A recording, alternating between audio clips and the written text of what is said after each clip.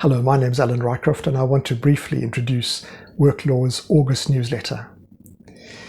We have all had that experience where we've been provoked by somebody else, and often we later regret our reaction because it was over the top. But there are other occasions where we feel that our reaction was justified because the provocation was extreme. Now, we often get inquiries on our helpline from subscribers who ask when provocation can be used as a justification for assault in the workplace. And so our article in this month's newsletter is about provocation and the legal principles that underlie it. We also deal with 3 new cases. The first case deals with a situation when accidents occur at work.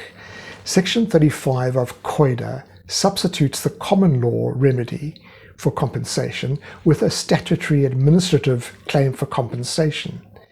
Even though the level of compensation is lower than in a civil delict case, the system's predictable and involves no legal costs. The employee doesn't have to prove negligence. But there are occasions when there is a special risk that results in an unusual accident. The High Court has used this test to decide whether the employee can sue the employer. Was there a special risk to which the employee would not have been subjected to, but for the fact that she or he was engaged in that employment? The second case deals with a common problem for employers. What can they do if the chairperson of a disciplinary inquiry has decided the matter in a problematic way? Can a second hearing be heard? The Labour Appeal Court has held that interference with the sanction given by a disciplinary inquiry chairperson may only take place if it's justified by fairness to both employer and employee, informed by exceptional circumstances.